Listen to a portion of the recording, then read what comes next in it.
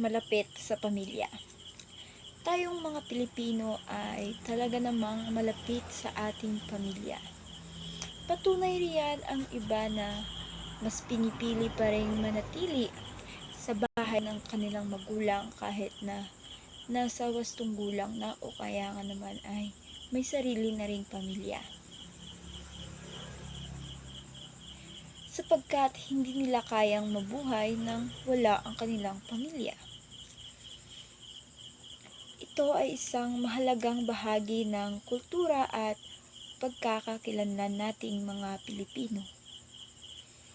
Bukod dito, ang pagiging malapit sa pamilya ay nagbibigay ng karamay at suporta sa bawat isa sa mga hamon sa buhay.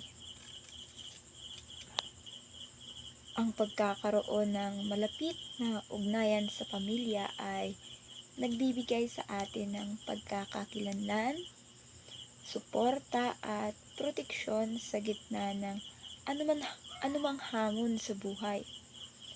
Sa kultura ng Pilipinas, ang pamilya ay mas maraming kahulugan kaysa sa simpleng pagkakasama lamang sa iisang bubong.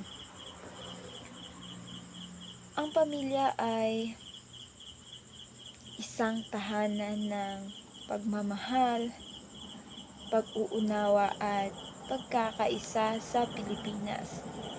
Ang pamilya ay hindi lamang simpleng mga kaanak kundi mga kasama sa bawat yugto ng buhay. Mula pagkabata hanggang sa pagtanda. Bukod dito, ang kultura ng pakikisama at pagkakaisa ay nagpapalakas pa sa ugnayan sa loob ng pamilya na nagbibigay ng masusing pagpapahalaga sa bawat isa. Sa kasalukuyan, napakahalaga pa rin ng pamilya sa ating mga Pilipino, ang pamilya. Sa gitna ng mga pagbabago at modernisasyon, nananatiling sentro ng buhay nating mga Pilipino ang ating pamilya.